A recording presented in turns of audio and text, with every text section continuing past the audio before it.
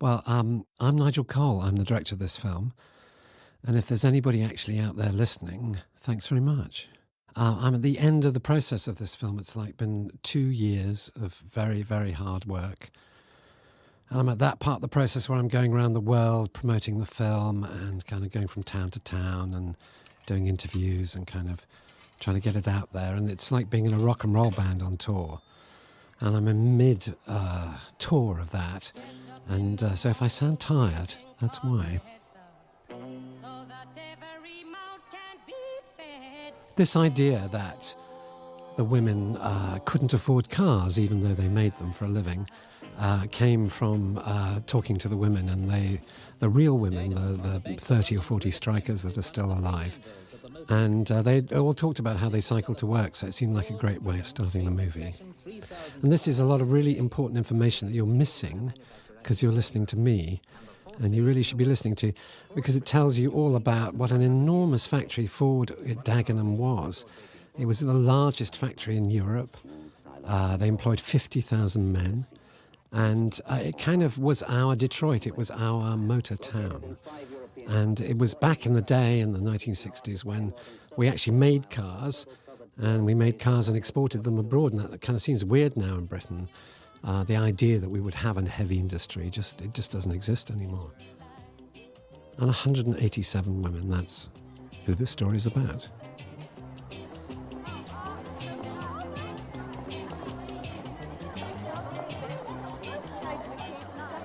We couldn't shoot in the actual Ford factory in Dagenham. It doesn't really exist anymore. Most of it's been knocked down. And we had to find a factory that would work for us and that we could shoot at. Because this is a low-budget film. I'm not Steven Spielberg, although I will be. So we have to find places you can use. And this is a factory in Wales, some 200 or 300 miles west of London, where the film is set. And it used to make washing machines. And it had just closed down and moved to Eastern Europe. And we were able to take the whole factory over and use it, and it was kind of the right period. It had some of the same scale, although we added to it with CGI. You'll see that in a minute. And this became our big set, and it's a real factory. And what's wonderful about these scenes in particular, and why I love watching them, is that all those women you can see, other than the main cast, there's Geraldine James and Andrea Riseborough, that's Sally Hawkins, but all the other women are real factory workers who worked in that very factory.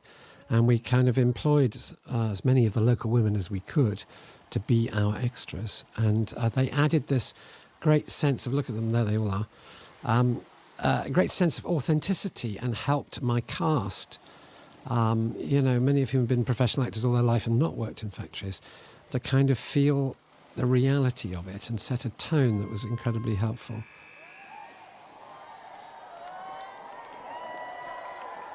And in comes Bob Hoskins.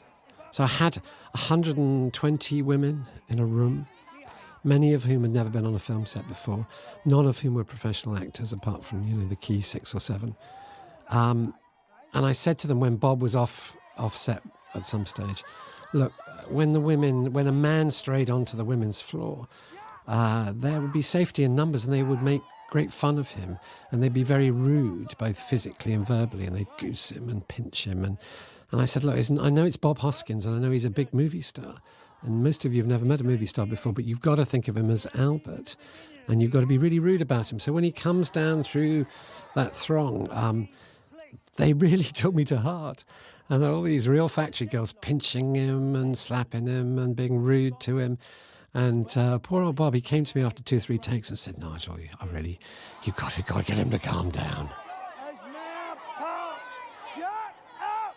But these were the very first scenes we shot in the very beginning of the shoot. And we had 6 precious weeks to shoot it, tiny amount of time, 6 weeks. One of my close friends in London is Paul Greengrass, who does the Bourne films and was doing Green Zone at the same time we shot this. And he had 6 weeks for his second set of reshoots, and I had 6 weeks for everything. And so it kind of, these relatively low-scale British independent films, you have to learn to shoot fast and you have to learn to do it quick.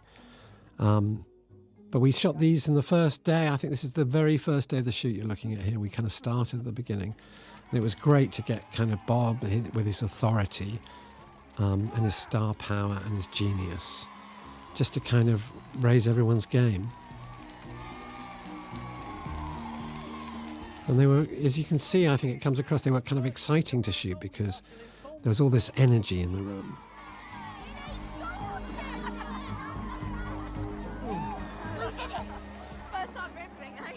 That's what I say. Every other bug around here goes on strike, why shouldn't we? And that's a beehive hairdo. Obviously, because it looks like a beehive, I guess. But it's quite something. I've got one on now. Oh, I feel quite proud of us. You should. I fought Rommel in the war, you know. I wasn't once scared like I am when I walk in. This character here on the left, he's the lowest paid worker in the factory because all he does is sweep the floor. But he actually gets paid the same rate as those women. They were on the lowest rate in the factory along with that guy. And, that's how their dispute started. They were just kind of angry that they weren't being respected and paid the same as other skilled men in the factory. And, what I loved about these women was not that they were born to it, not that they woke up one day and thought, well, let's make history and change the world. What I loved about these women is that they just kind of were just annoyed. And they refused to give in. And their fight and their campaign grew and grew and grew until it became this fight for equal pay. But these are ordinary women, just, like people in our own lives. And they find their voices, and that's what's great about the story, I think. This is the party. Obviously, it was a lot of fun to do. Shot in a big, old kind of working men's club in East London.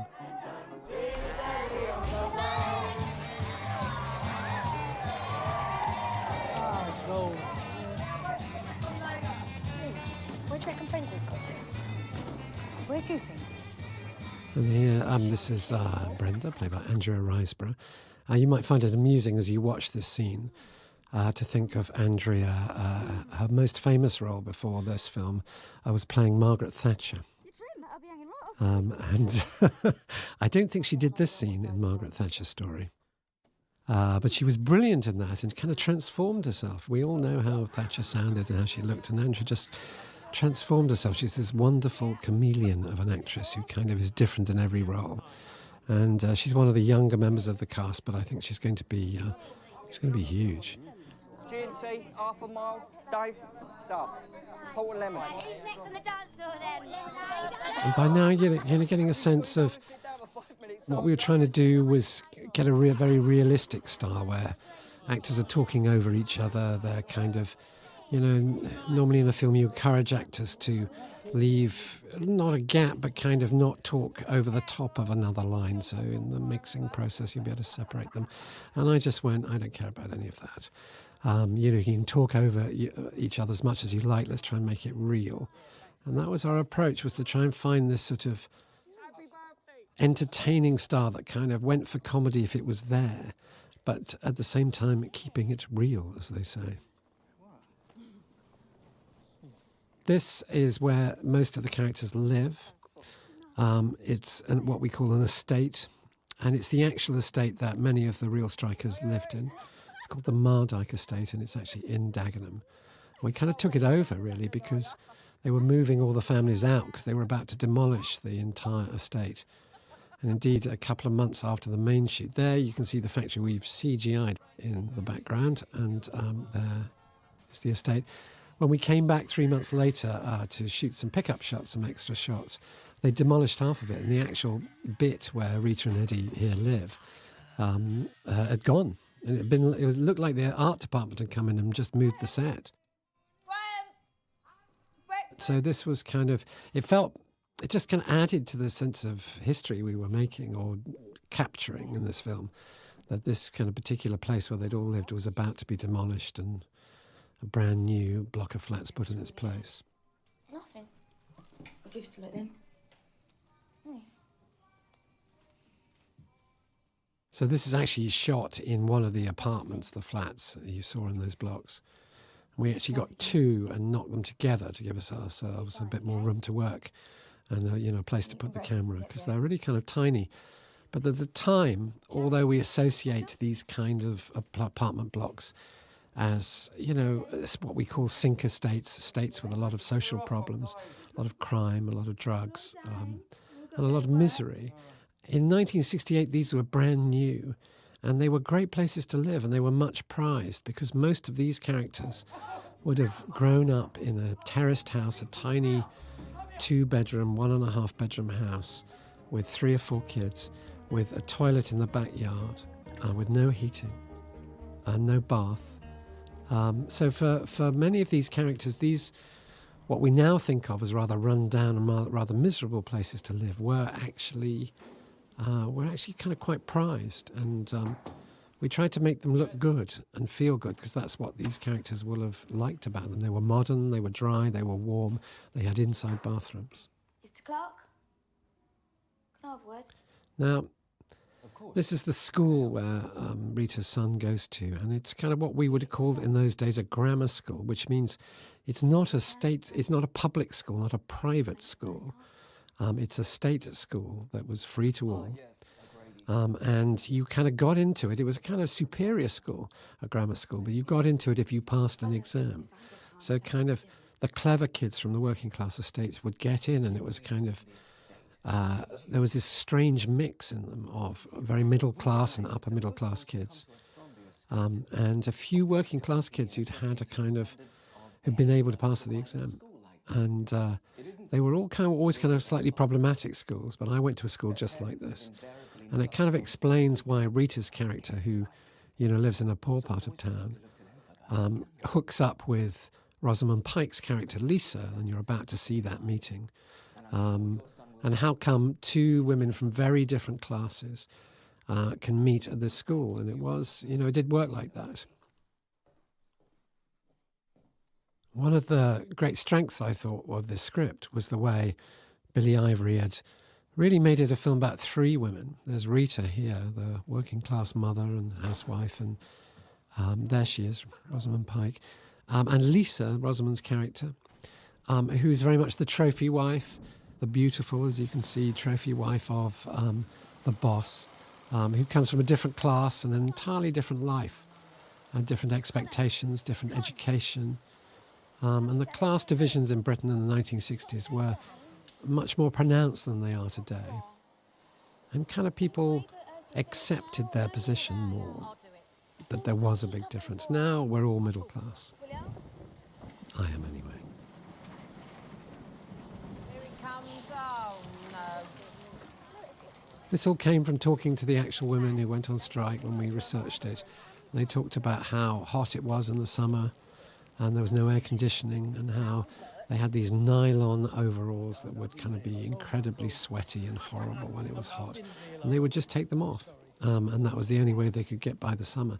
And then when it rained, there would be holes in the tin roof, and the rain would come down. All those sewing machines are electric, so they wouldn't want to get water on them, so they'd all have umbrellas to put up. And these details, what's the wonderful thing about making a true story? Being able to talk to people who were alive and part of the event at the time, because you can get this kind of detail. Monty Taylor from the head office, he's coming. There's me, 2. You come, 3. So this is kind of the first really big scene, first scene where something kind of major happens, in the sense that this is where Rita gets picked. And Rita, Sally Hawkins' character, is based on 2 or 3 real characters. We kind of distilled 2 or 3 characters and combined them together. But what was important about Rita was that she represented all the women, that she was like the women, an ordinary woman who was not a political animal and unexpectedly finds herself in the seat of government, in the seat of power, helping shape policy and shaping the laws of the country. So this is obviously a really important moment where she says she'll go to the meeting, and kind of represents our whole story, really. It represents how these women found a voice, but weren't driven by ambition or glory, but simply had to find a voice because they needed to sort this mess out, and they were sick and tired of being pushed around. That actor you just saw talking to them there is an actor called Joseph Maul. He's one of the best actors in the country. I couldn't believe I was getting actors of that calibre. For little roles like that, he pops up later. Sharon? Turn the telly now. It's good. Now, please. Wait, Dad. Wake up, Dad. Right, come on, you two. Pull your finger out. Help your mum. Oi, square eyes. What have I told you? Hey, Dad, Martin Clark's got colour. I've seen it. Oh, Martine Clark's got colour, has she? We'll have to go round her house and watch it after tea then, won't we? Her mum'll be pleased. Hey, look, we'll have colour soon, right, once you can rent them. I don't go promise them colour.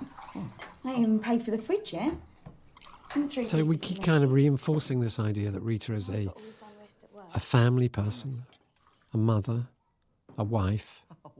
But this, even at this early stage, kind of the little pressure of her pulling away from the role she's expected to take, the role of dutiful wife and dutiful worker. There's a little pull here as she talks to her husband, Eddie, about how she's going to this meeting. And at the end here, there's a little joke about how she says they're going to a restaurant for lunch and they're going to a Burney Inn. And in those days, people didn't go to restaurants in Britain. They just didn't. It was unheard of. You might get fish and chips wrapped in newspaper and eat them on the way home, and that was a big night out. But to go to a restaurant, this is something you did once or twice in a lifetime. So this kind of explains the confusion when they hear Mum is going to a fancy restaurant where they have steak and prawn cocktail and Black Forest Ghetto. Be all right, won't it? Yeah, of course. So she's understandably nervous of going to a restaurant. It's just not something that a woman of her class and her position would do. It's not too posh in there, is it? She's wondering if she's wearing the right thing and what knife to use.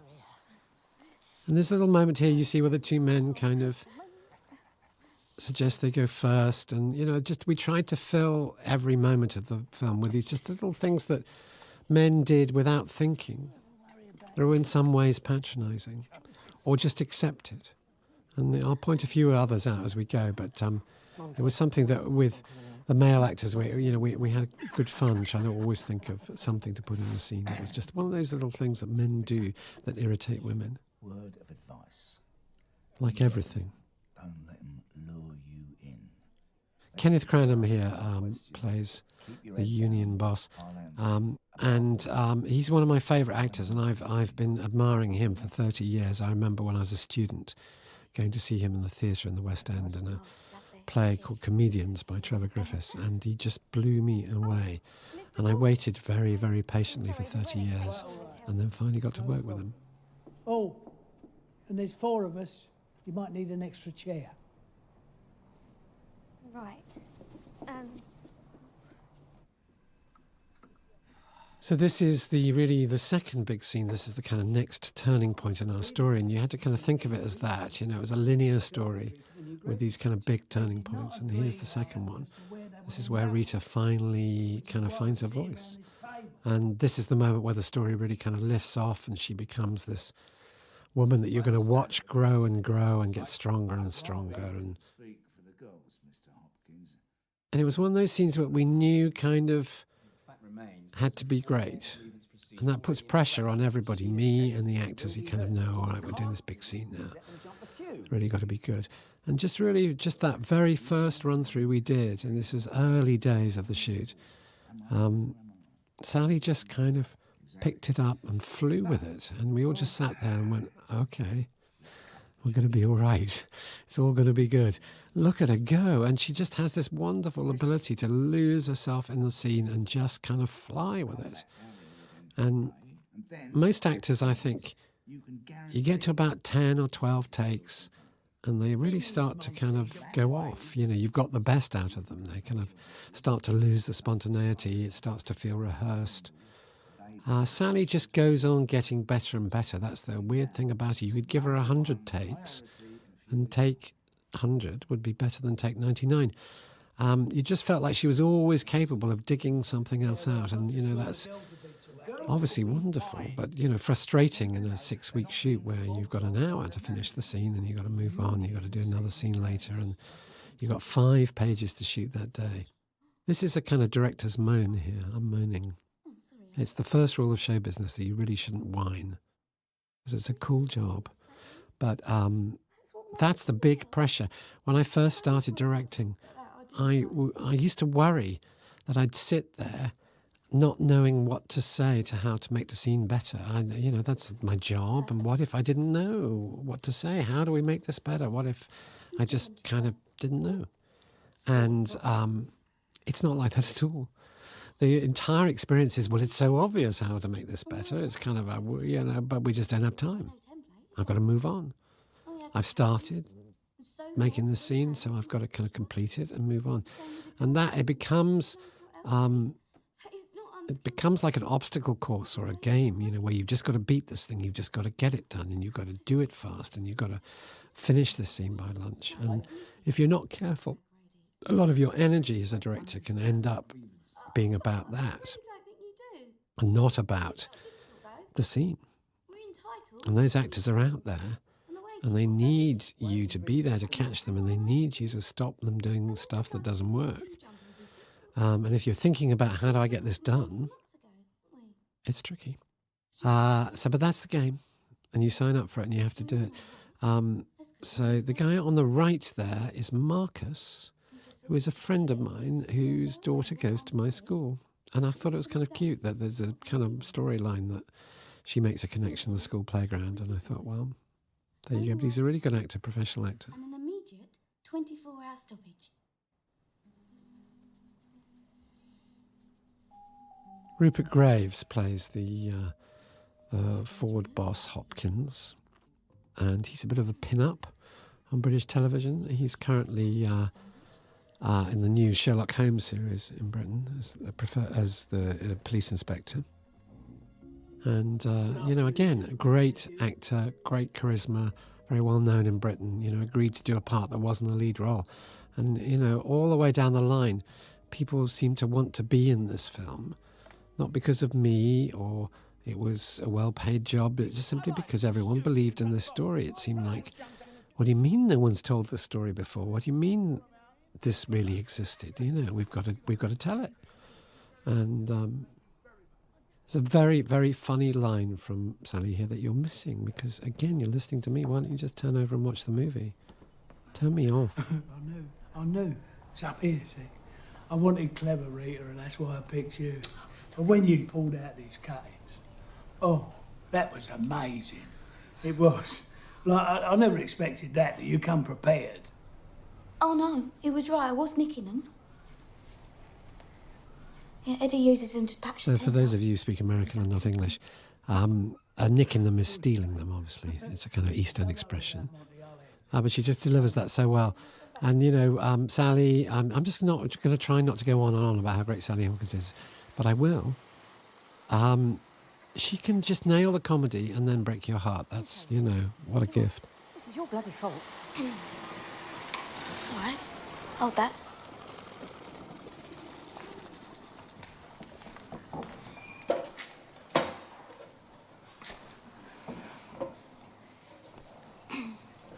Right.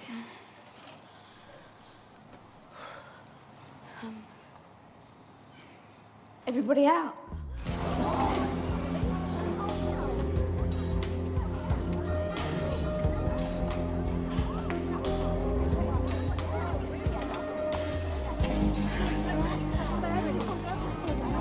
You can hear this is a key theme of David Arnold's score. You can hear in the background here.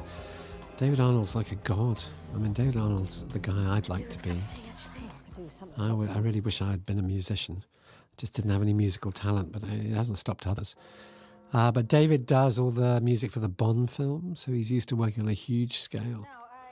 But he's just one hell of a guy, and he does cool things like he does the orchestral arrangements for the Kaiser Chiefs. He worked with Shirley Bassey. He's just this incredibly cool guy, and he has this huge studio, and I just wanted to hang out there all day long and play the guitar. To develop manufacturing industry so that it would better... So here's Miranda Richardson, the great double Oscar nominee Miranda Richardson, who is one of our finest dramatic actresses, but best known for playing Queenie in Blackadder and being hysterically funny, just genius funny. And again, you know, I just cast the film. In each case, I tried to cast it with actors who could bring out this wit and humour that we wanted, but also kind of be able to break your heart. And Miranda is just another one of those actresses who's kind of equally at home in comedy, but has also, you know, played murderers and can be very dark. She's playing Barbara Castle. Barbara Castle was the first powerful woman politician in Britain. She very nearly became leader of the Labour Party, the left-of-centre party in Britain, and she very nearly became Britain's first woman Prime Minister. I wish she had, because I like her politics and I didn't like Margaret Thatcher's. If you're listening, Max, Mrs. Thatcher, sorry, but I just didn't go for you. She was one hell of a force, Barbara Castle, and she had this fiery red hair and she had this temper and she used it and she struck fear into the hearts of the people she worked for.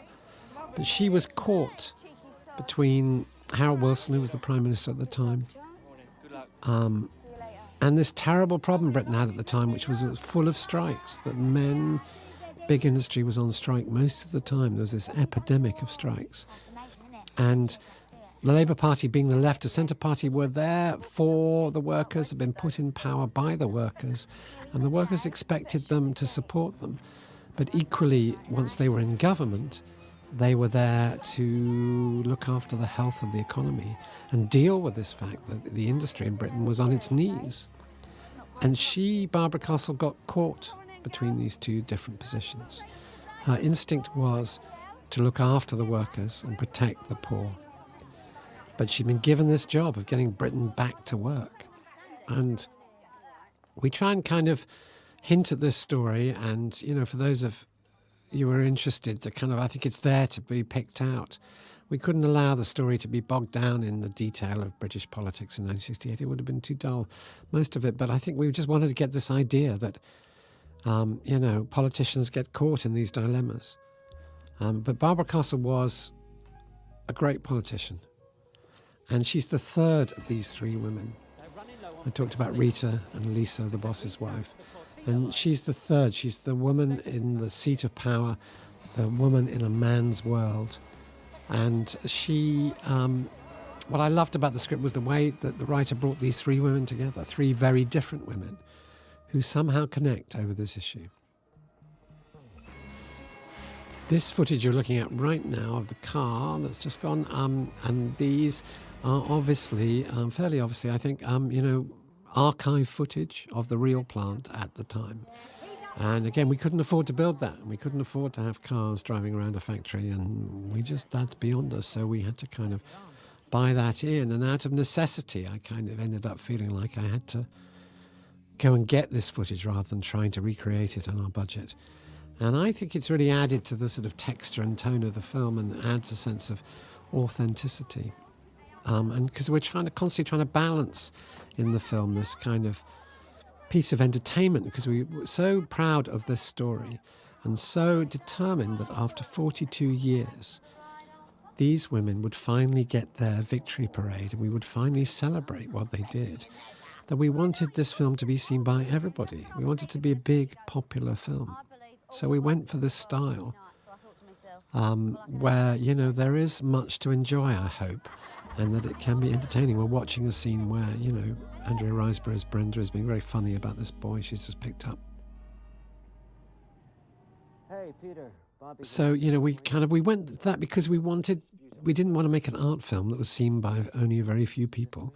We wanted everybody to see this story. It's the women. And in comes Richard Schiff. What a guy. I loved Richard. He was just this most wonderfully cultured, intelligent gentleman who was just this wonderful presence on set, and very wise, very calm, very intelligent man. And of course, you know him from The West Wing, and you may not recognise him because he's kind of got his head on upside down in my film. Because in The West Wing, he's known for being bald on top with a beard, and in the film, I've got him with a hairpiece and clean shaven. So it's kind of suddenly the hair's kind of gone from one end of his head to the other. So he doesn't look like Richard Schiff, but it is him. And the minute you hear that voice, you know it's him and that authority. You see that woman behind Sally there? I love her. She's called Carol. Hi, Carol. I hope you're listening to this. She was one of the local women who worked in this factory, who turned out to be a really great actress and just this wonderful face, this wonderful sense of humour. And I was always dressing her into the back of shot because I loved her. This scene we invented on the day because it was raining. And what are you going to do? It was raining. And it seemed the only thing we could do was do a scene where they're in the rain. So, I think sometimes you have to do that. Sometimes there's no point in fighting it.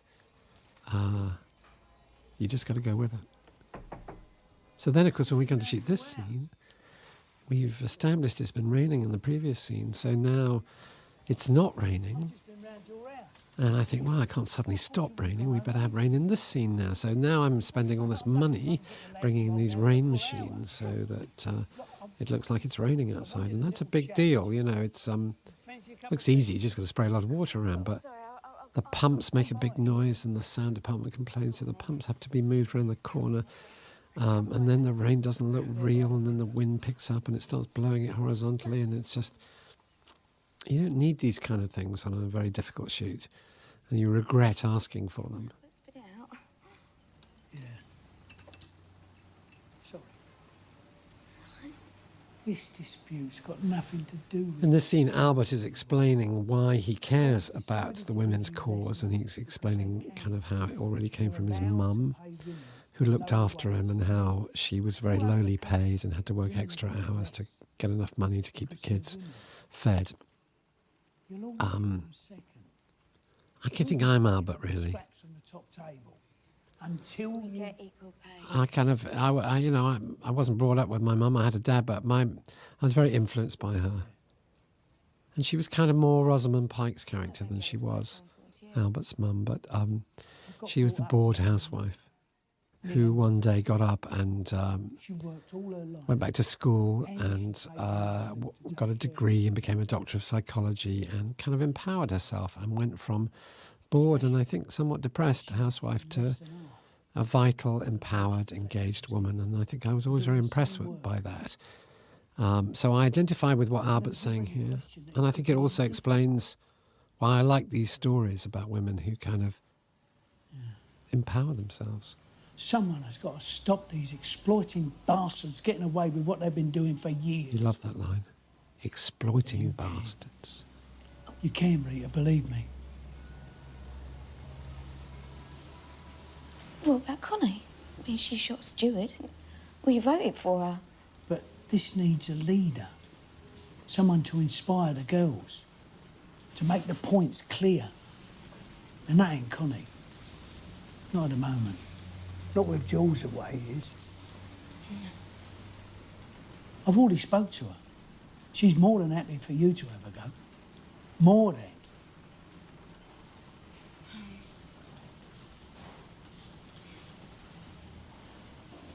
Look, don't say nothing now. Just sleep on it. Will you? Bob has played hard men and gangsters, real men, all his life. I was kind of a little scared of him at first because I thought he might be like this gangster.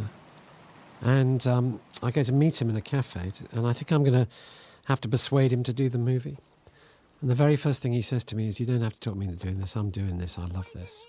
These women, they were so brave and they fought such a great cause and they deserve us to make a really good film and I'm in. So it turned out he was a pussycat.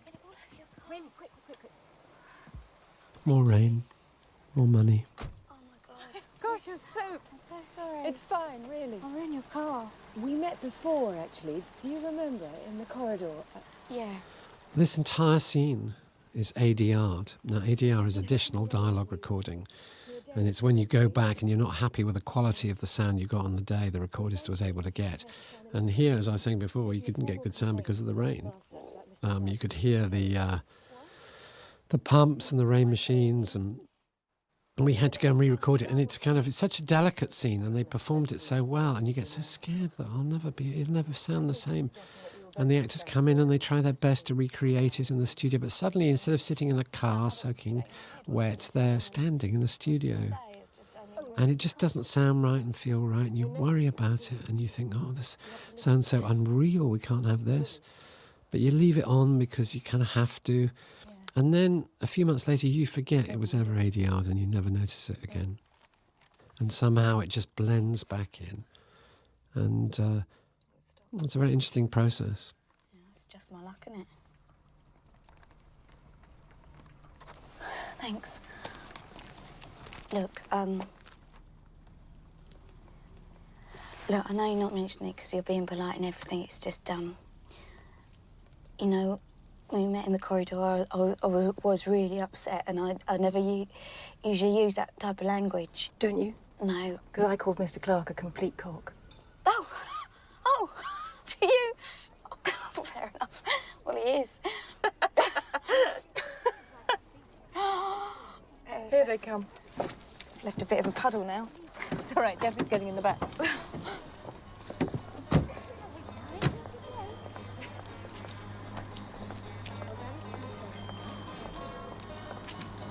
That dress.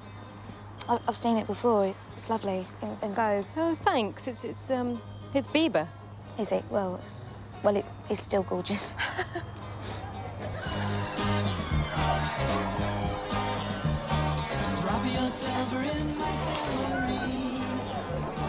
Have a good day, yeah? You too. Be good.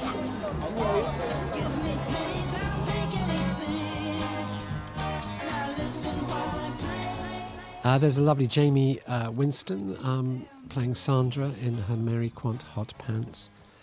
Jaime is the daughter of Ray Winstone, who you may know from Sexy Beast and other great films. And he's a legend in Britain, and now Jaime is too. That's what Brenda said, isn't it? St. Knightsbridge, Dagenham. If you want to get spotted, then you've got to stand out that little It's bit more. the first film she went blonde That's in. exactly what I'm going to do. It's the first film that I think, first part she's had where it's really used her great sense of humour and her irrepressible energy. She's played a lot of dark parts in a lot of very dark films until this one, and I think she was kind of pleased to be doing something very different, and we were thrilled to have her. And now they're back at work. We're back in this factory in Wales, back in the second day of the shoot, because of course, we shoot all these consecutively. And you can see some of these extras who are, the real deal.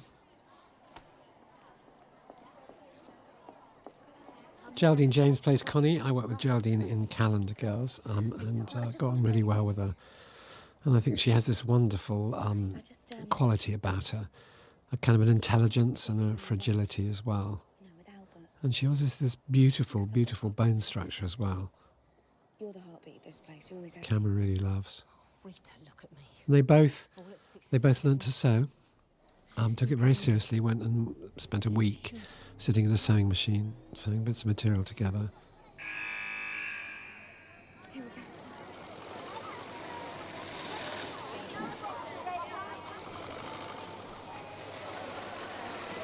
And the day goes on.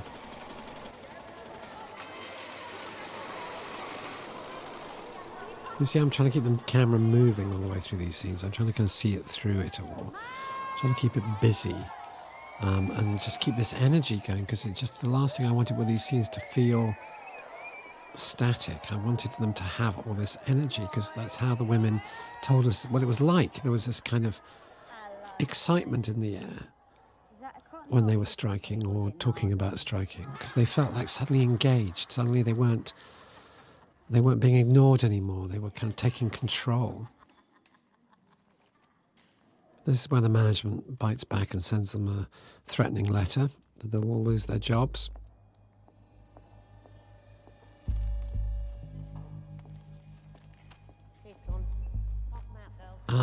when I worked with Helen Mirren on Calendar Girls, I was asking her one day about what it was like to work with Robert Altman. She'd done a film with Robert, whose name escapes me. I'm looking over to see if anyone can think of the Gosford Park.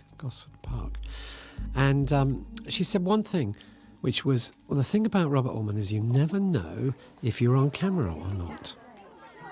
And actors get quite used to the idea that there will be some kind of big master shot, and then at some point we'll come in for their close-up. And I think this can work against good performance because there's a kind of pressure and a tension mounts when it's your close-up. The camera equipment comes closer to you, the lights come in, the other actor is reading his lines off from beside the camera or behind the camera. Suddenly it's all very different and it's all about you and not the scene. And actors can tense up and stiffen up. And Helen said it was very liberating working with Altman because you just kept doing the scene. And you didn't know whether it was your shot or the other actor's shot or a wide shot or what it was. You just did the scene. You just lost yourself in it. And you kind of reduced the amount of technique you needed. And I very deliberately and carefully tried to use that on this film. And my great friend John de Boorman and regular DP and I discussed it. Decided that's what we'll go for. And we're kind of, there's always two cameras rolling. And they're kind of back, they're held back. They're on longer lenses, telephoto lenses, from kind of perhaps a longer distance than you might normally shoot. And instead of kind of saying to Sally, okay, this is your close-up now, again, I'd just say, we'll do it again. And I'd give, quietly instructions to the two cameras that, they should go for this or go for that. And often moving, often kind of on dolly and track, so the cameras could find things and move to a better position to pick things up. And just kind of creep around. That gives it this kind of energy and a sense of there being lots of people in the room. But this really worked, this kind of way of shooting, and most of the actors kind of complimented us on it and that they enjoyed it, that it sort of meant you had to worry less about hitting a mark or, which is where you put marks on the floor and you have to kind of make sure you land when you're walking along and stop on that mark.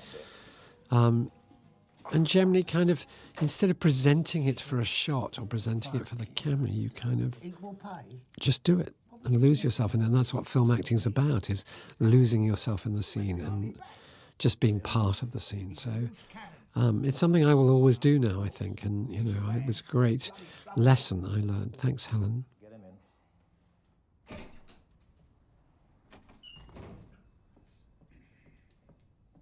So these are the union offices. We actually shot them in some of the offices from the factory. They're just perfect 1960s period. So we didn't have to change a thing. And that's the way you kind of save a bit of money and, save up what pennies you have for the important things, is finding these places that are just right anyway. It jeopardises a whole... So here we are in the union offices. The trades unions in Britain in the 60s were very powerful. Because the industry was still about large numbers of men. The idea of a factory floor that kind of ran itself with machines and robots, didn't exist, of course. And so it was about having 50,000 men running a big factory. And the unions controlled those men, and therefore they had great power. And there's much to be said for that solidarity and that sense of control that a strong union can give you over your life. And I think we all miss the unions. Now they're gone, mostly. But of course, there were times when the unions were slow to modernise, slow to rethink their practices. And you can't blame them at times because the management attitude was often very confrontational. And therefore, they had entrenched positions and were very defensive. But there was much wrong with what the unions did, and we tried to kind of balance that out. And Albert is stuck in the middle here. There was a strong socialist or even communist streak within the unions. I think no one actually wanted a Soviet-style revolution in Britain, but the idea of a more socialist world was very much on the cards. Seems silly now.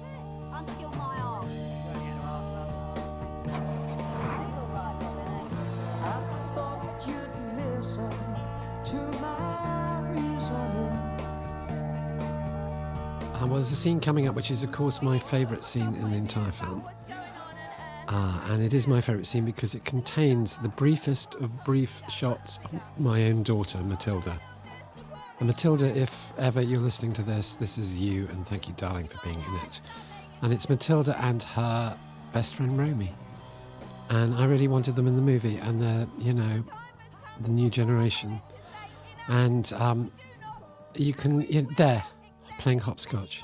You missed it. I missed it. But if you rewind it, there's Matilda, my darling daughter, and bless her, she was only 7 when we did this, and she and her friend Romy got to be in it. You can just see Romy there. And then they came to me and said, well, we want character names. We don't want to be just Girl 1 and Girl 2 in the credits. And I went, what do you mean? So, well, we want to have names. And this is something that any actor, any professional actor would say. And even a 7-year-old got this, that there was no good being Girl 1 or Girl 2. She wanted a name. So you can see them in the end credits as Matilda Cole plays Emily. And Romy's brother, Noah, at Matilda's school, we had a raffle, and the prize was you could be an extra in this film. And Romy's brother, Noah, won.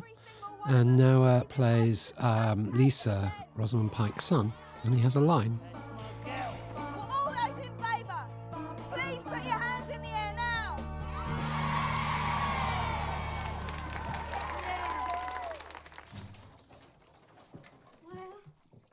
I've shot messy kitchens before, and it's kind of strange in that you just have to go over the top just to make it read at all.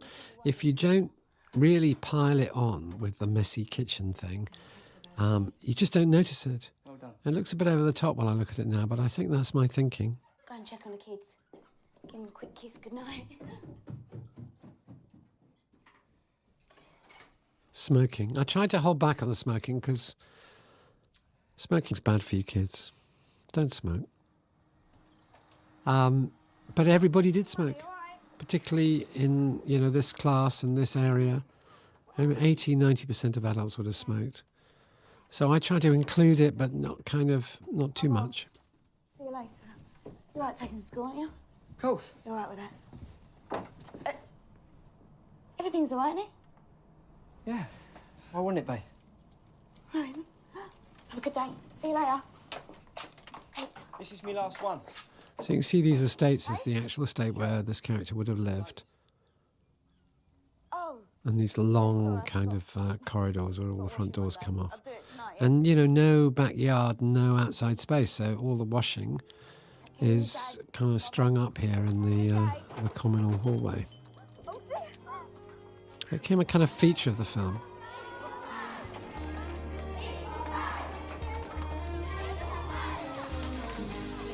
Here they are at Westminster. For many of these women, Dagenham is some 12 or 15 miles east of the centre of London. It's a rather bland and featureless industrial wasteland in the kind of nether regions, just as London begins to run out and the Essex countryside begins. And for many of these women in 1968, coming to the West End of London, just 15 miles away, would have been a very big deal and something they would only do every few years, if that. And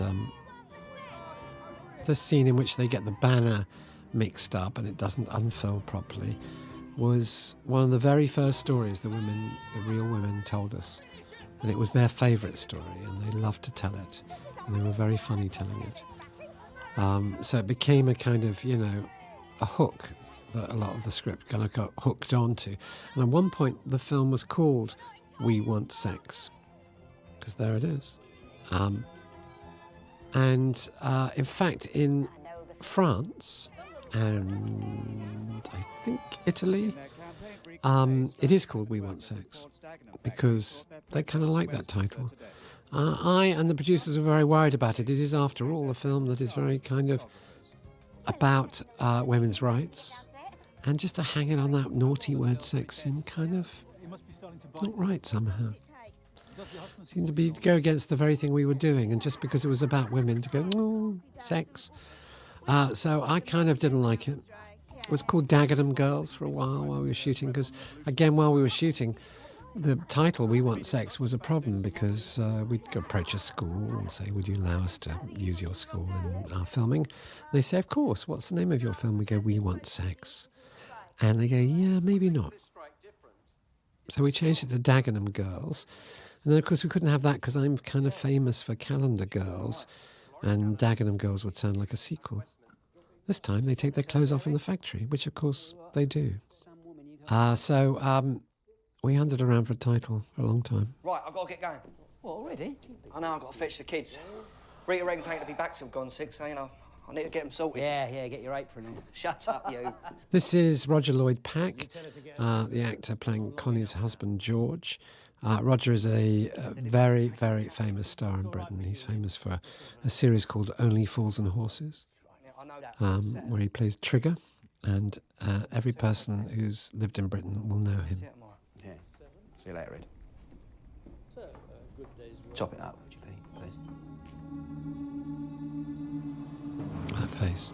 So that's that factory, and of course the Ford sign and a lot of that stuff in the top half of the frame we added on with computer-generated imagery, CGI. But the kind of, the bottom half of the picture is the real factory where we shot. Right? What do you want me to do? We're going home, mate. What? No more seats, no more jobs for any of us. So what he said, there was no more seats, no more jobs. When the women went on strike and stopped making the car seats, it got to a point where they couldn't make cars, because you can't make a car without a seat. And this kind of power, I don't think the women didn't know they had that. They didn't work that out in advance. But it just kind of, they suddenly realised one day the men were sent home. Here they all are on their bicycles, and she can't quite get why they're going home this early. And they'd shut the factory down.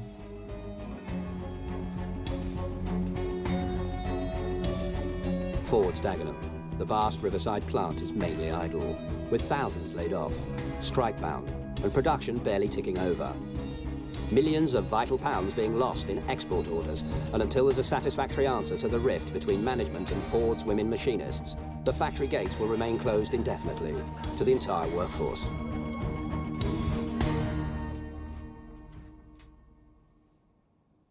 You all right? Yeah. Been busy, have you? Yeah.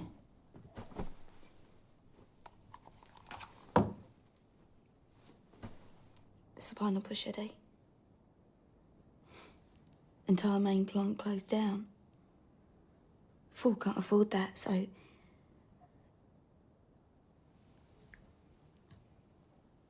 She's saying here, Rita, we supported you when you went on strike, so why can't you support us? And it was like a really important story point that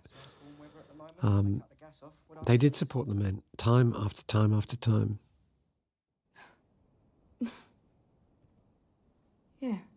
This is shot in one of those tiny rooms in those tiny concrete flats, apartments.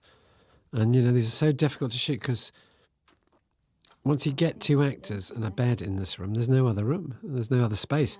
And now you've got to get lights and cameras and me and a sound person. And so that's why this mirror became very important. Because you can kind of get depth and get a sense of space and get 2 shots for one. Have you got something on your mind, Eddie? Eh? Have you got something on your mind? No, I've got nothing on my mind. I'm fine, I'd say. Good.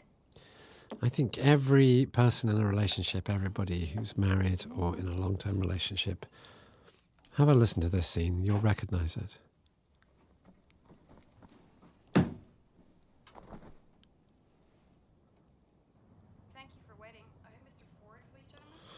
So this is supposedly Ford headquarters in Michigan. It's actually shot in South London. And bizarrely, this is shot in the lobby of a theatre. Why, I just don't know. But it was a big space with a big window, And we were there anyway, and it just kind of, you have to logistically find a way of fitting these all in. And you're thinking, right, I need to find an office with a big window, with a great view that could be America outside the window, but it needs to be right here, because that's where we're going to be with a 80 or 100 strong film crew. And moving a film crew is the biggest waste of time on a movie set. It takes hours to move a big crew. They've got trucks, they've got this and that. You have to get them across town. The traffic's terrible.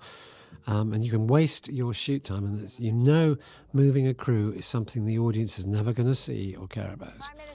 And you have to do it. So you try and do it as little as possible. And you can find a place to put a set or a location that's right next to where you're going to be anyway. It really can save your life.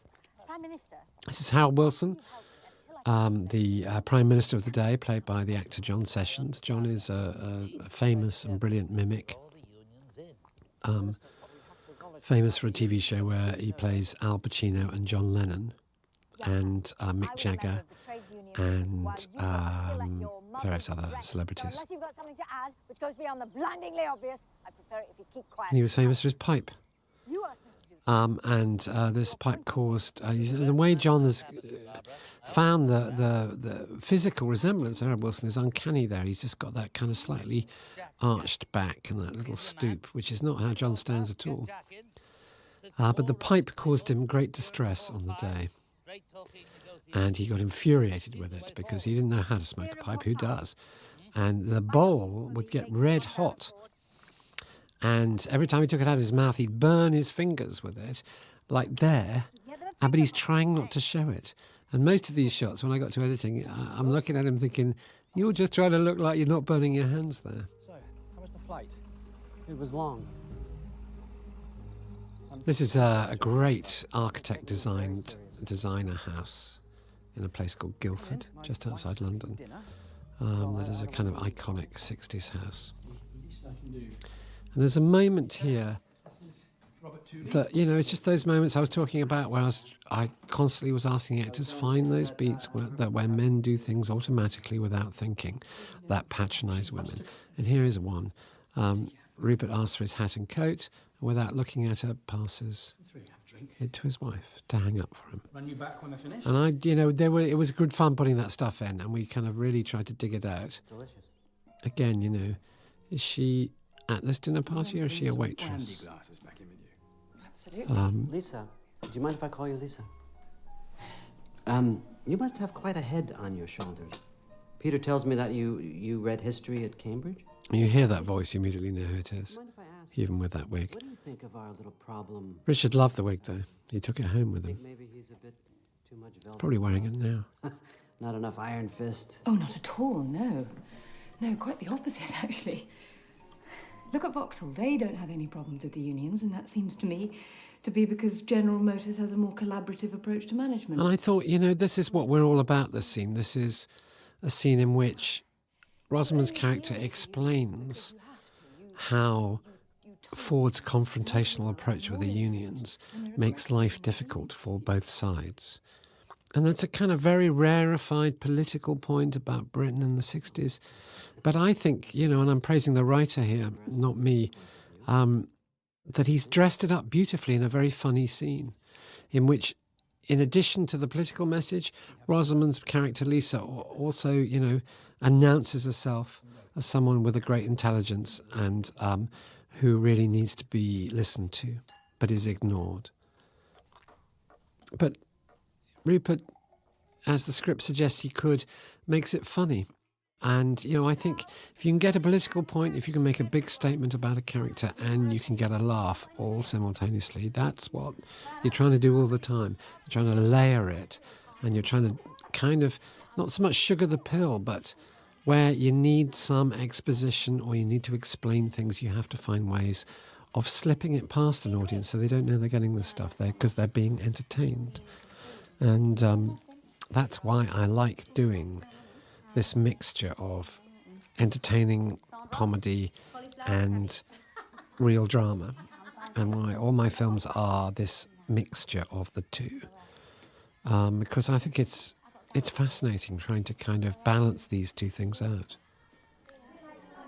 Now, this scene was originally set outside on the grass. And as you can just see in some of the shots, it's incredibly windy and everything kept blowing away and we had to move it inside. But I think it's better for it. It's one of those things where adversity actually helped improve the scene.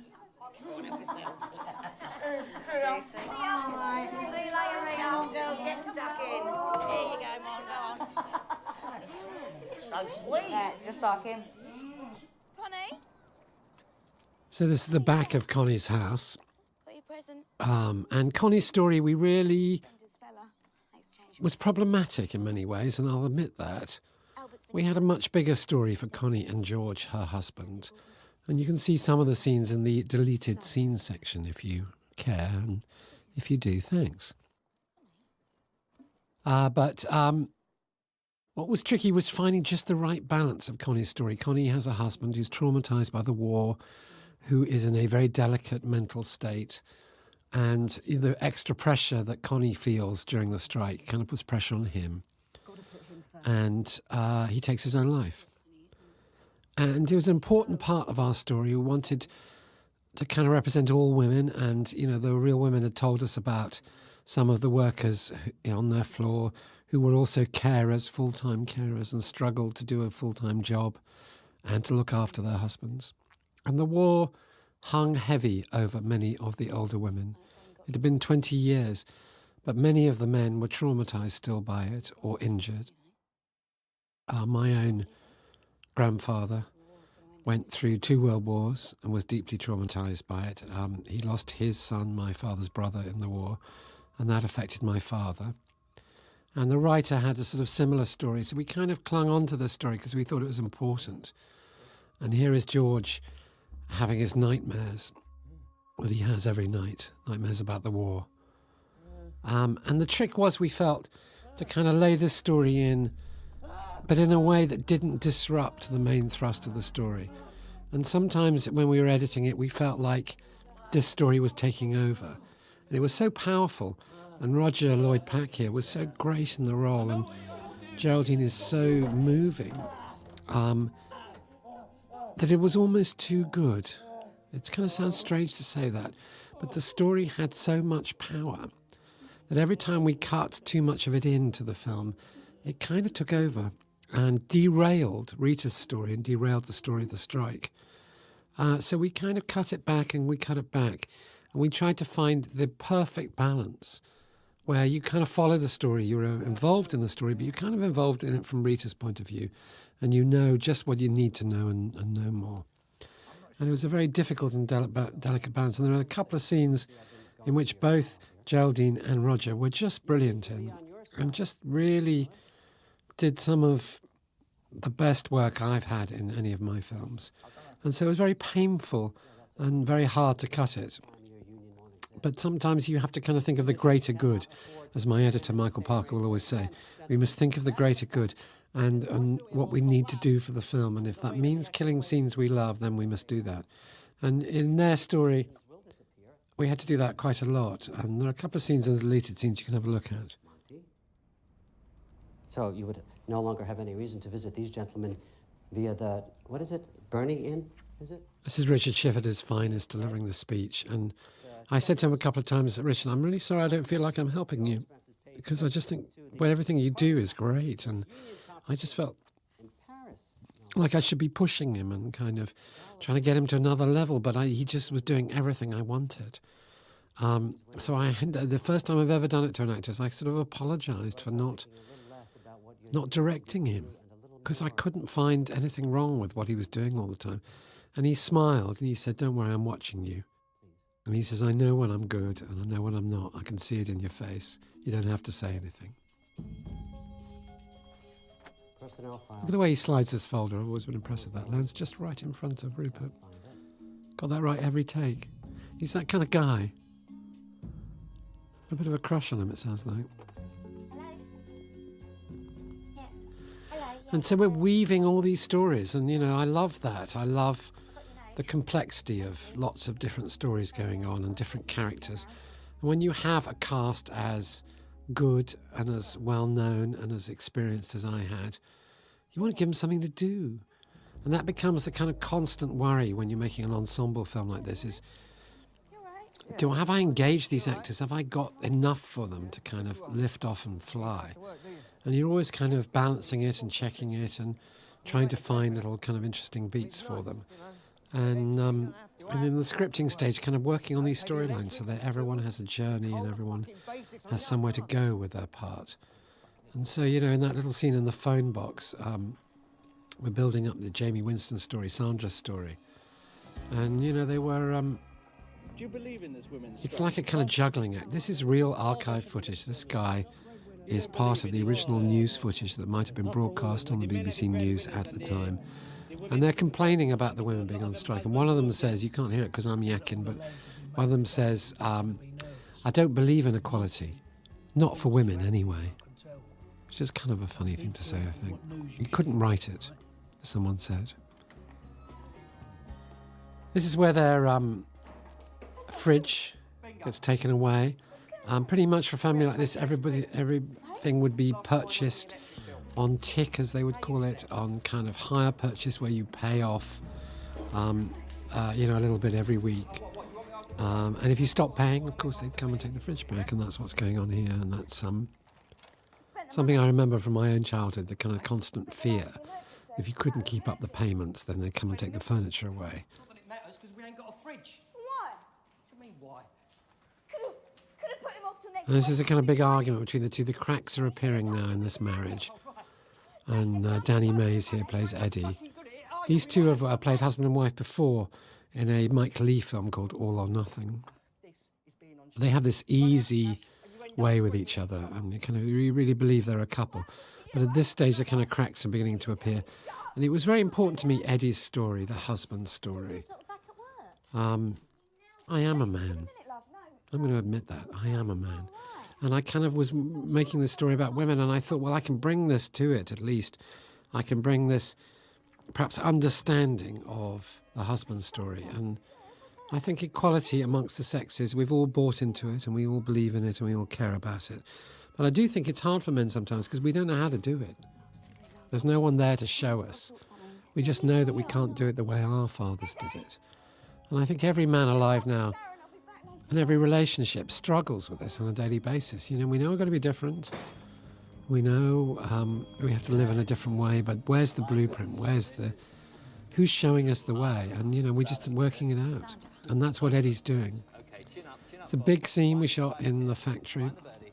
The photographer, who is obviously modelled on David Bailey in Blow Up, Antonio's great seminal 60s movie about a photographer. And that's our little homage where he lies on the floor and takes a shot from the floor. That's a direct steal from Blow Up. And he's kind of supposed to remind you of that character. A little nod to anyone who knows 60s movies. And the photographer is played by an actor called Matt King, who again is very, very well known in Britain for a character he plays in a TV show called Peep Show. He plays a character called Super Hands. He's a bit of a druggie. His catchphrase is, "This crack cocaine is very Moorish." People shout that at him in the street. But he's a really funny actor, really great guy. And he, again, agreed to come and do this one scene for me because, he thought it was a film that should get made and needed our support. Shitty factory. This is just a brochure, but, it's only trade. But it'll lead on. Get my foot in the door,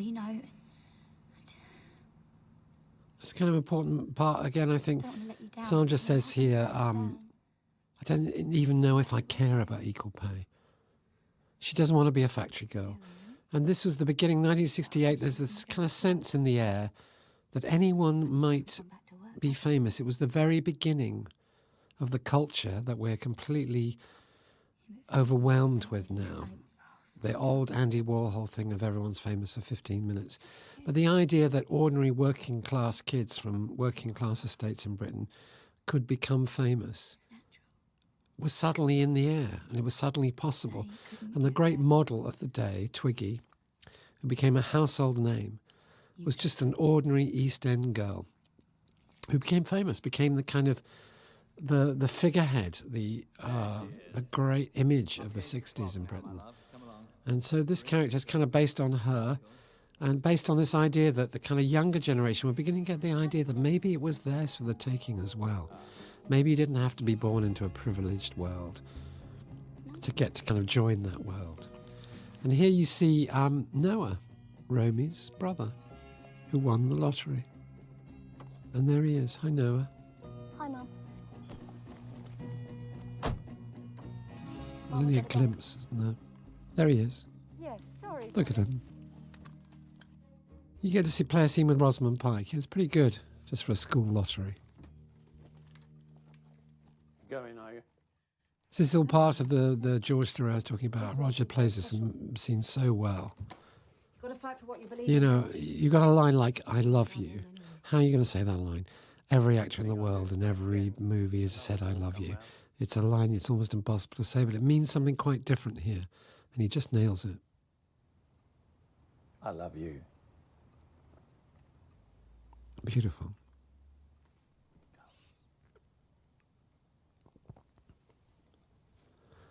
I'm kind of in love with faces. I just love faces, and the more interesting the face, the better. And look at these two faces, Geraldine and Roger there. They've just both got these wonderful, expressive, beautiful faces. Most of the filming process for me is falling in love with these faces. I'm going to be looking at them for months and months and months. They better be good. Pressure on the women to end the dispute. They'll be back within the week. We'll see. You're assuming the girls will do as they're told.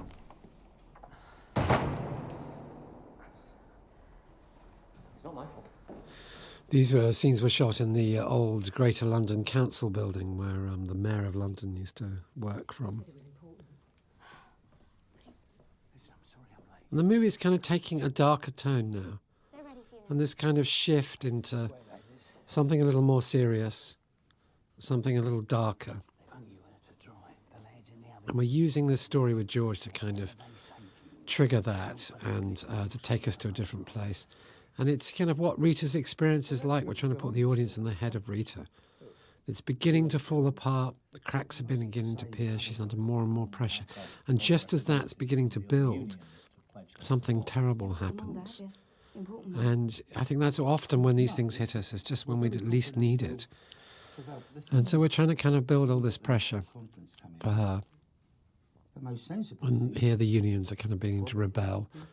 And look at these faces. There you go, you see. 3 great faces in a row. After which, be out of her hands. That's right, Monty. As I say, we're expecting full support.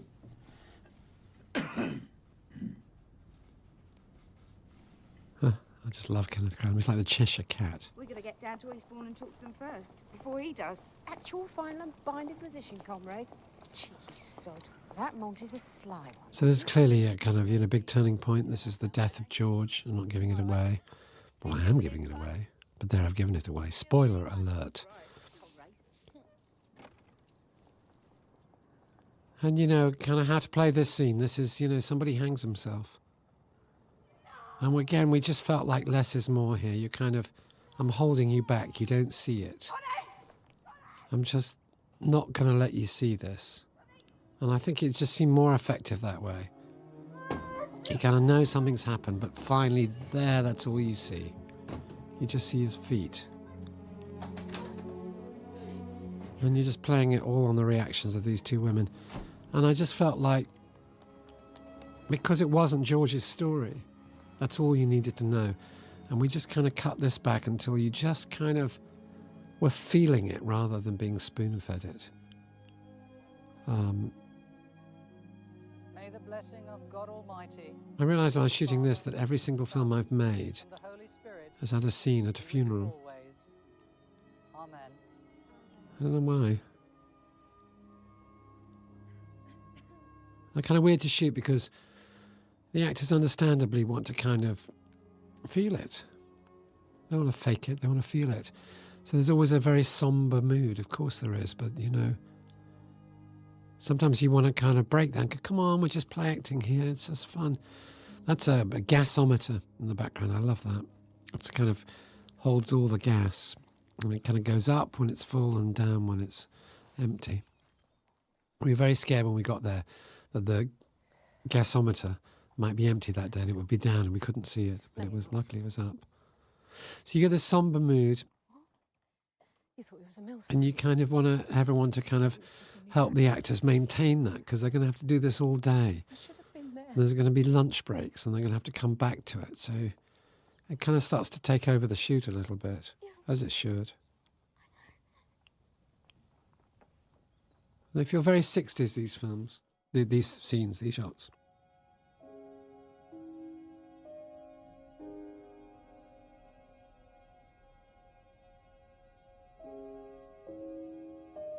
So there, you know, I fell in love with these little ways of hanging up socks to dry, and ended up kind of using it a little bit as a theme.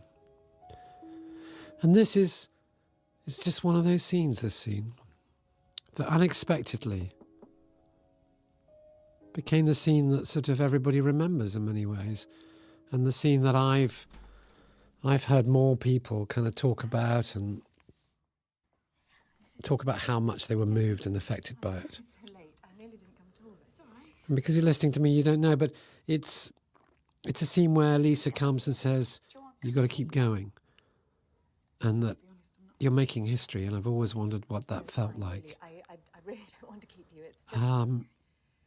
and the kind of longing that Lisa's character feels just wells up in her. And Rosamund just got this from the word go. She read this scene to me at the...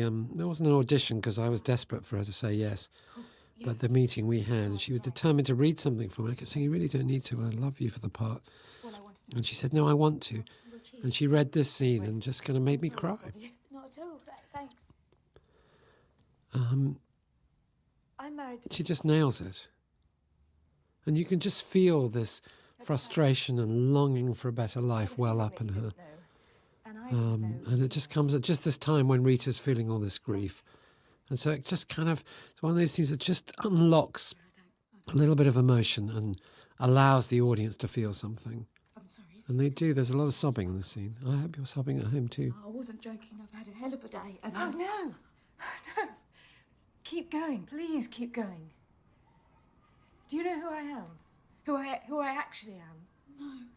I'm Lisa Burnett. I'm 31 years old. We shot this scene like 3 or 4 times. There's only 3 or 4 takes, and I knew they'd both nailed it and we could move on.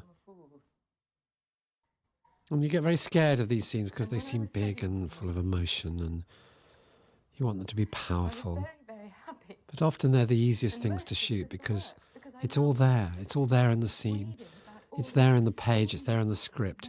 And it's so easy to kind of lose yourself in it because it works. The scenes that are hard are the scenes that don't work. The scenes where there's nothing really going on and they're just treading water. And then that's where you have to dig out something interesting or find some way of making it entertaining. But these scenes, you know, often they're a pleasure to do because it's so clear what it is. Let me down. But they still do it beautifully. There's a moment here, just one of those happy accidents where Sally just puts her hand on the window there. We just hold on it. And I didn't plan that or ask her to do it. It just happened, and we just happened to be there. And those kind of happy accidents, that was what the shoot was all about, was trying to shoot in a style where these accidents could happen and we'd be there to get it. And not rehearse things and not overthink things. Eastbourne, I left you a note. I thought you changed your mind. I've got to go. Rita. No, Rita, just stop. Just listen to me. Just... Look, we got to sort this out. So this is a big argument between the couple, between Eddie and Rita. And again, I think it's an argument that every man in the audience kind of recognises, and every woman too. Just listen to me. But then she just turns it. And just when you think he's won an apology, just when you think that he's actually made a good point, you realise he, like you, have not quite understood what this fight is about. And as she says, it's about rights, not privileges. Because he's saying, listen, I've been good. I've tried to be good. I've been a good husband. I've been a good father. And she says, what, you want praise for that? You're a saint now? You know, I have a go. I mean, Christ, I like a drink, but I ain't out on the beer every night or screwing other women or... Yeah, and I've never once raised me hand here. Ever. All the kids... And it's just such... The worst thing you can do as a man, the worst mistake you could ever make in a relationship is ask for praise for not screwing other women. That would be... I mean, you know... I think every man wants to say that. It's like, I've been good, haven't I? But, you know, why should you get praise for that? Oh, yeah, no, actually, you're right. You don't go on a drink, do you? You don't gamble. You join in with the kids. You don't knock us about. Oh, lucky me. For Christ's sake, Eddie, that's as it should be. You try and understand that. Rights, not privileges. It's that easy. It really bloody is. And that kind of speech there is a kind of cornerstone of the whole film. And, you know, there, the producers, Steve Woolley and Liz Carlson, and their development people, and, you know, the writer had been working on this script for a couple of years before I got involved. And one of the very first things they said to me was that scene is what this is all about, this rights, not privileges. What they're fighting for are not privileges. They're not things that need to be earned or are gifts. They're just basic rights.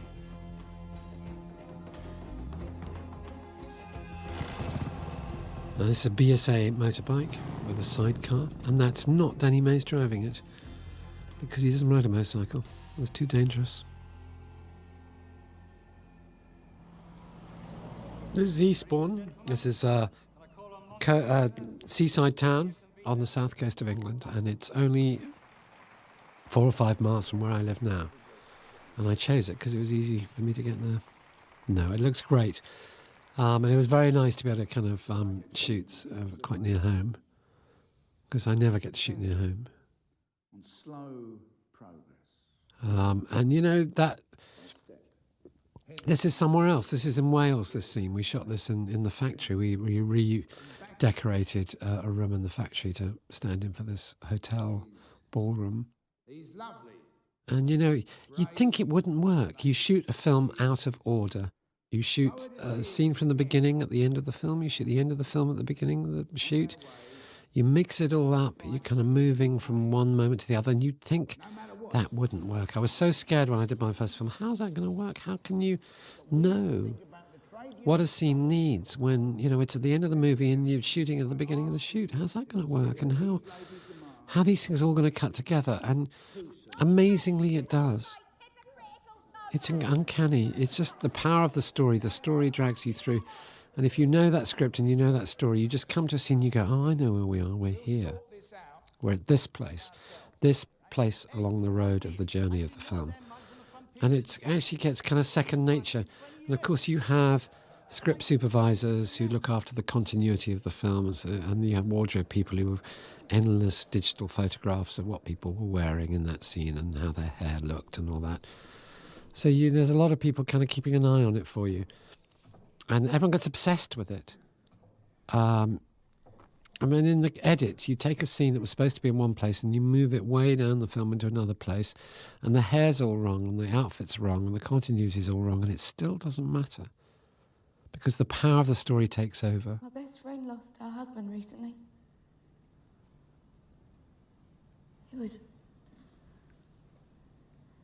He was a gunner in the 50 Squadron in the RAF. Got shot down one time on a raid to Essen. So Sally is giving a speech in front of a couple of hundred men. All these men are local Welshmen who live in the local town where we're shooting in this factory. None of them have ever been on a movie set before. And it's incredible. There they all are. They're just... If you watch their faces, they're reacting and they're acting. And they're actors. And, you know, the day before they shot this scene, they didn't know what a camera was. And it just shows, I think, that we're all natural actors. It was a matter of principle. We all know how to do it. You had to stand up. It's a tough scene for Sally. You know, all morning she's giving this speech. We shoot different angles. Every shot is, you know, we shoot separately. Took, 5, 6, 7 hours to shoot this scene. And there's Sally up there kind of doing the speech again and again and again, and every time it's better. When did we, in this country, decide. I shot this scene in 2 different ways because I wasn't sure. I shot the scene where she gets a standing ovation at the end. And I shot the scene where we don't know what their reaction is. And I wasn't quite sure what was going to work the best. It was just one of those moments in the film where you just think, could go this way, could go that way. You know, there's good arguments on both sides. I really need to go home with a different version, so I've got that option in the edit. And you'll see what we used is where you don't know whether they're going to stick with her and support her or whether they're going to turn against her. And it just, in the end, I was so glad I'd shot it both ways because my instinct had been the standing ovation. It was that kind of scene. But it turned out to be the right thing to have because you just needed the tension of the story to keep going and you couldn't resolve it yet because there are more scenes to come. I'm telling you, scorch marks all the way up the curtain where Monty's arse caught fire. Hello. I had a great location for this scene, which had a big window with a view of the sea and the raging sea crashing against the rocks, and I was in love with the way I was going to shoot this scene. And then a couple of days before we were about to shoot it, the location burnt down in a strangely unlikely fire. And we had to restage it somewhere completely different in a corner of a room that I didn't like. And, that's kind of what low-budget filmmaking is about. You have to kind of go with it. And whatever fate throws you away, you have to deal with, rather than be able to say, OK, well, we'll have to wait until they rebuild the hotel. You can't do it. Or find another one. You couldn't do it.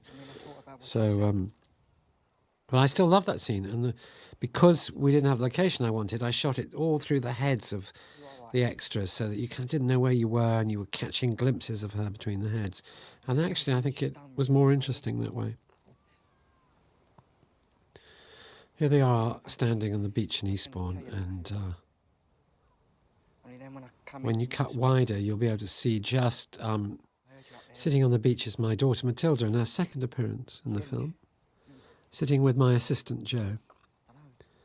And Joe, who I've worked with for 10 years, who's done 3 or 4 films, who's kind of my rock, who both in terms of organising my life and creatively just kind of is the perfect partner, really. And has been great and was great on this film. So you'll see them in a minute. Anyway, go on, you go back to your meeting or whatever you got to do. I should... Eddie? And we shot this on the very last day of the filming. It was the very last day of the shoot. And we were all exhausted, but kind of worried that we were all going to break up. You kind of get to be a bit of a circus and a family, and you're going to miss people. And kind of helped with the scene. There was a kind of lot of emotion flying around on this day because we were about to finish, and this is the very last scene we shot. All the difference in the world. And the sun was going down, and we were about to lose the light. There they are. There's Joe and Matilda. Hello. Very good, gentlemen. The results of the vote are as follows. Delegates in favour of... I'll tell you a secret about this scene. This scene doesn't exist. It didn't exist in the script. We didn't shoot this scene. But then we realised we needed it. We needed a scene where he announced the results. And the editor, Michael Parker, brilliantly took footage from the other scene, cut it together, and we slipped new words into the mouth of the actor and created a scene out of nothing. It was quite remarkable. I wouldn't have believed it was possible, but it was a scene we kind of invented in the edit and used footage from other scenes to kind of make it up. And if you look, he's not quite saying the words he's actually saying, but you never notice. Minister? We're the machinists. They're leaders. Pardon me? This is Miranda's big scene. This is where Barbara Castle gets to show off her legendary, in real life legendary, temper and upbraid these 2 young men, her lackeys. Nicely played by these 2 young actors, I think. Fiery redhead. Now, I hate to make this a matter of appearance and go all womanly on you. This is a great location, this huge room, and I loved this room and I was very excited to shoot there, but when we got there they'd erected a fun fair, you know, kind of rides and a carousel, right outside the window. And you couldn't hear the actors speak because of all the noise. And we had to keep sending PAs down there with quite a lot of money, keep paying them off to keep quiet for periods because it was a nightmare. We couldn't shoot. Oh, my office is run by incompetence, and I am sick of being patronised, spoken down to, and generally treated as if I was the May Queen. Set up the meeting! She's relishing all this stuff. You can just feel Miranda kind of just eating it up.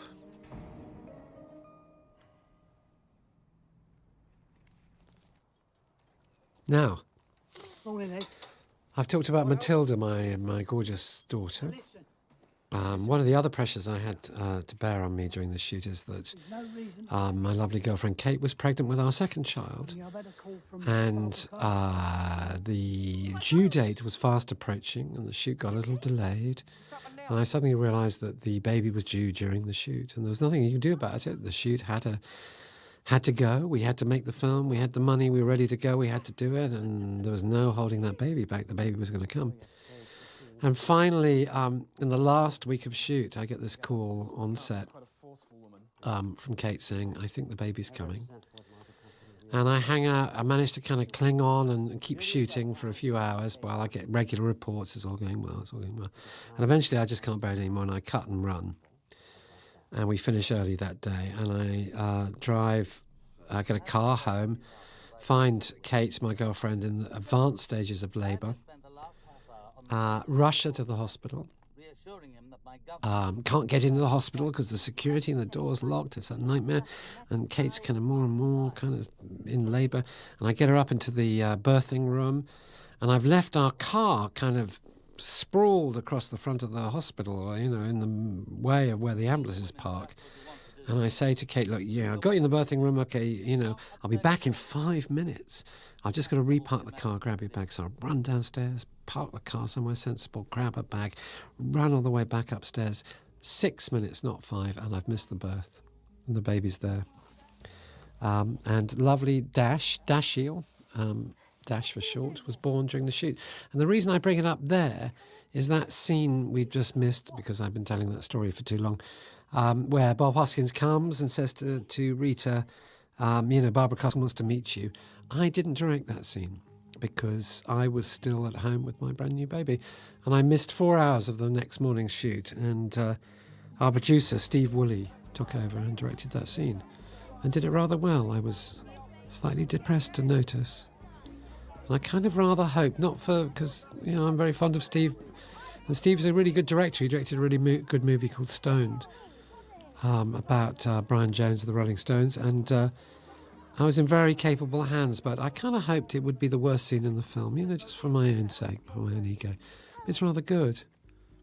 But because of that, Steve put on the end roller credits paternity director.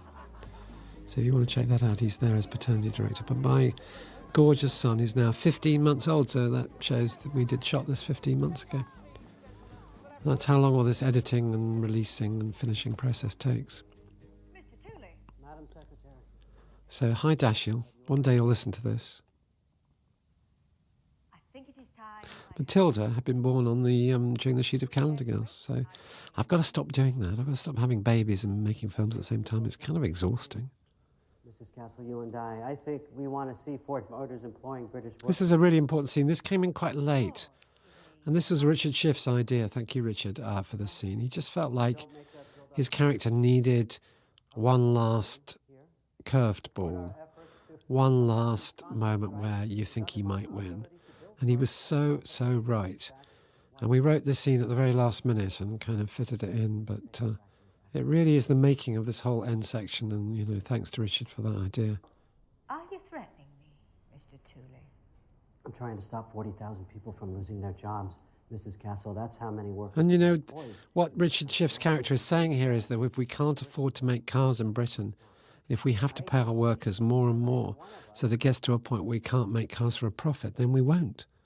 And we'll move the factory to somewhere where we can. make a profit. And they did.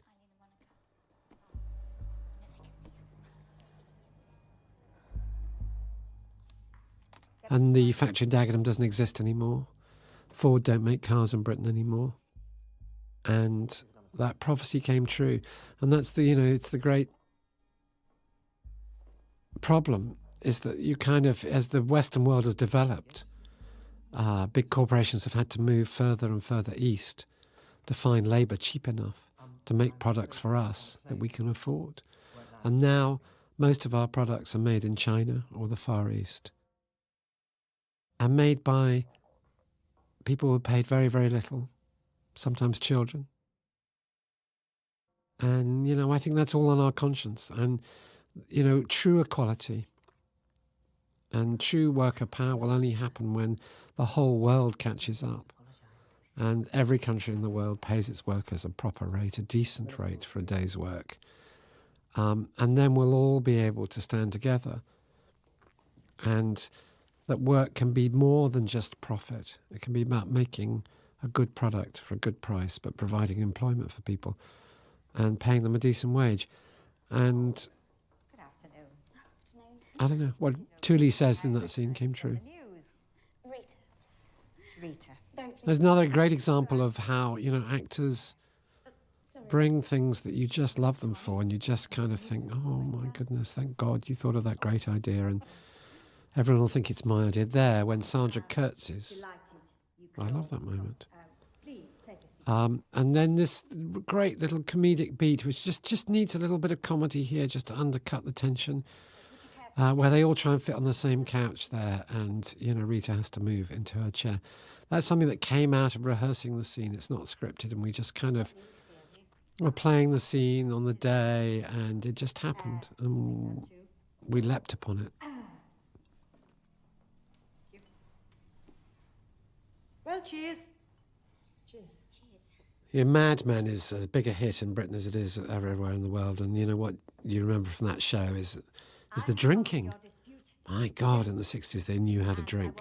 Spirits, whiskey, in the afternoon. It's amazing. And, so Brenda asks for a whiskey, and Barbara Castle gratefully joins her. And people drank spirits in the afternoon. The Lords will kick up a fuss, the press will have I'm here at Margarita Mix, where they serve margaritas for breakfast.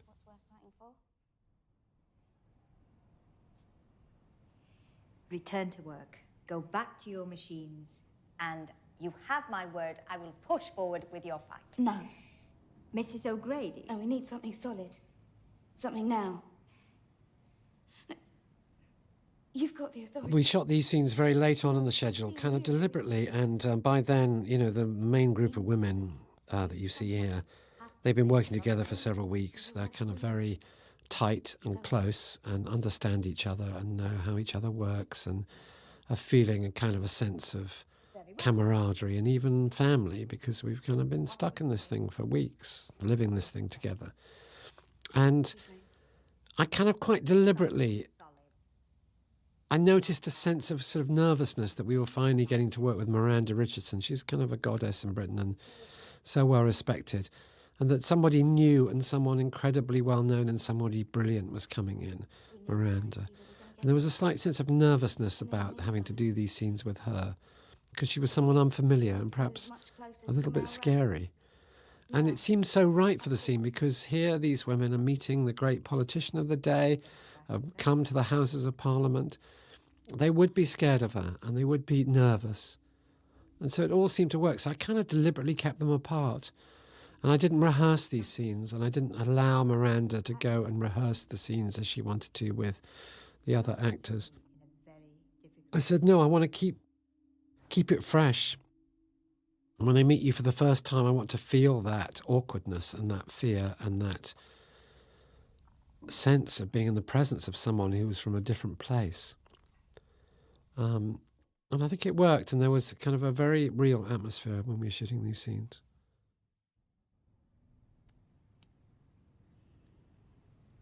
Wasn't too aggressive, was I? I'm kind of balancing here this kind of very kind of subtle comedic tone. I hope it's subtle, with this kind of very tense and strong piece of drama, you know, and I think I'm hoping you were enjoying that mix, and, you know, it was all deliberate. And I just feel like when we first heard the women tell their stories, the real strikers, they made us laugh so much, they told us with such great humour that we really wanted to capture that. We wanted to tell this story in the way they had told it to us, which was always finding what was funny about it as well as what was interesting and what was powerful about it. So we're trying to kind of tell the story in their own way, not in their own words, but in their own style. That's what I say. Well, exactly. This is a classic example of this little conversation about what they're both wearing, which is really funny and gets a big laugh in the cinema. She's talking about C&A, which is a well-known British store. I think you have it in the States. No, after you. Oh, gosh.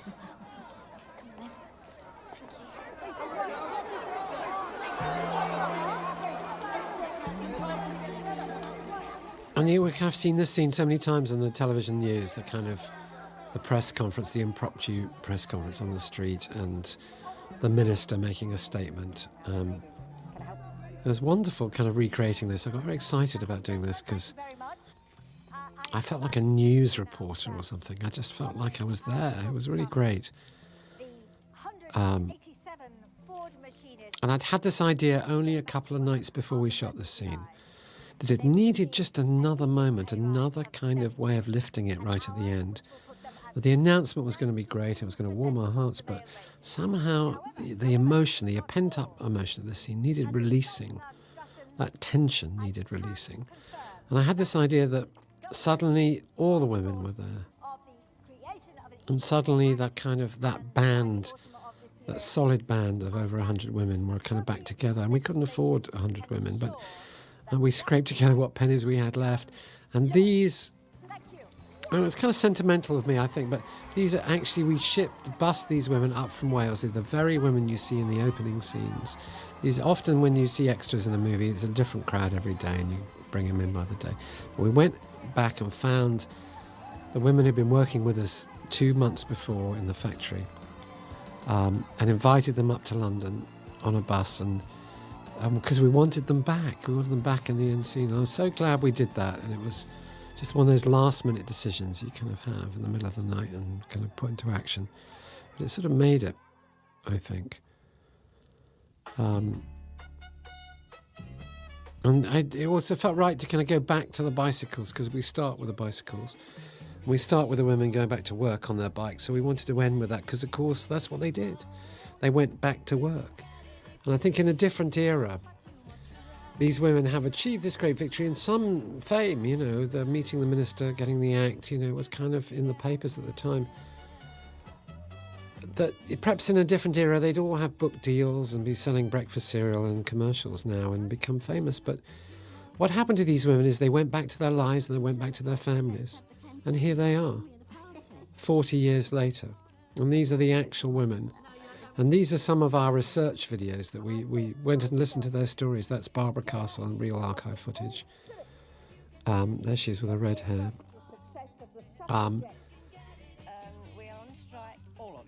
And it's what I love about these women, their lack of vanity. They went back to their lives and they disappeared from view.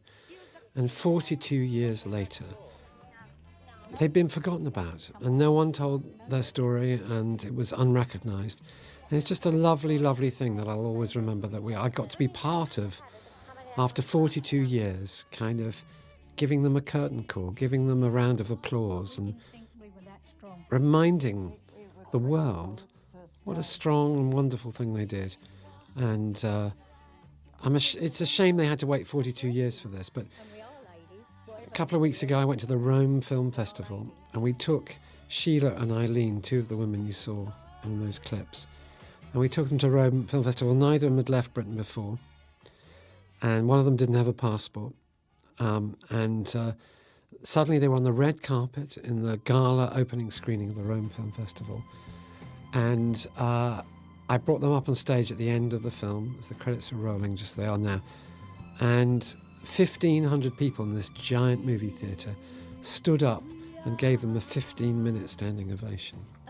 And it felt like after 42 years of not asking for glory, not asking for fame, but just disappearing, they were finally getting the standing ovation they surely deserve. And it was just a very nice moment. And if that's all this film does, is give them that moment where they stood in front of a giant crowd, cheering and shouting on their feet for the brave thing they did.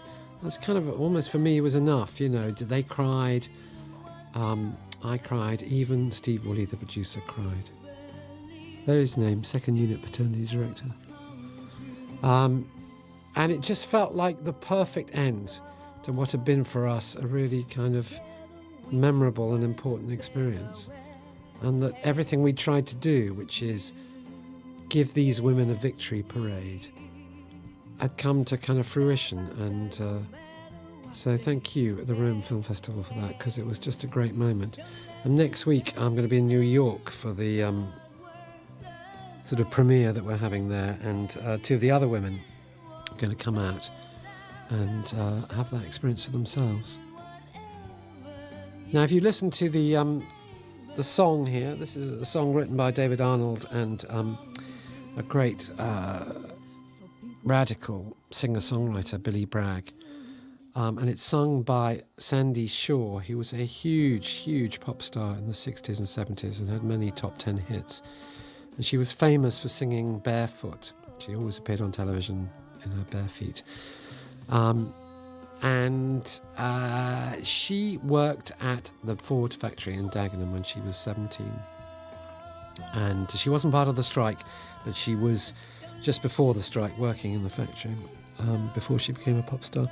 So it was very nice to kind of offer the end title song to her. She came in and sang it beautifully. And ladies and gentlemen, this is Sandie Shaw.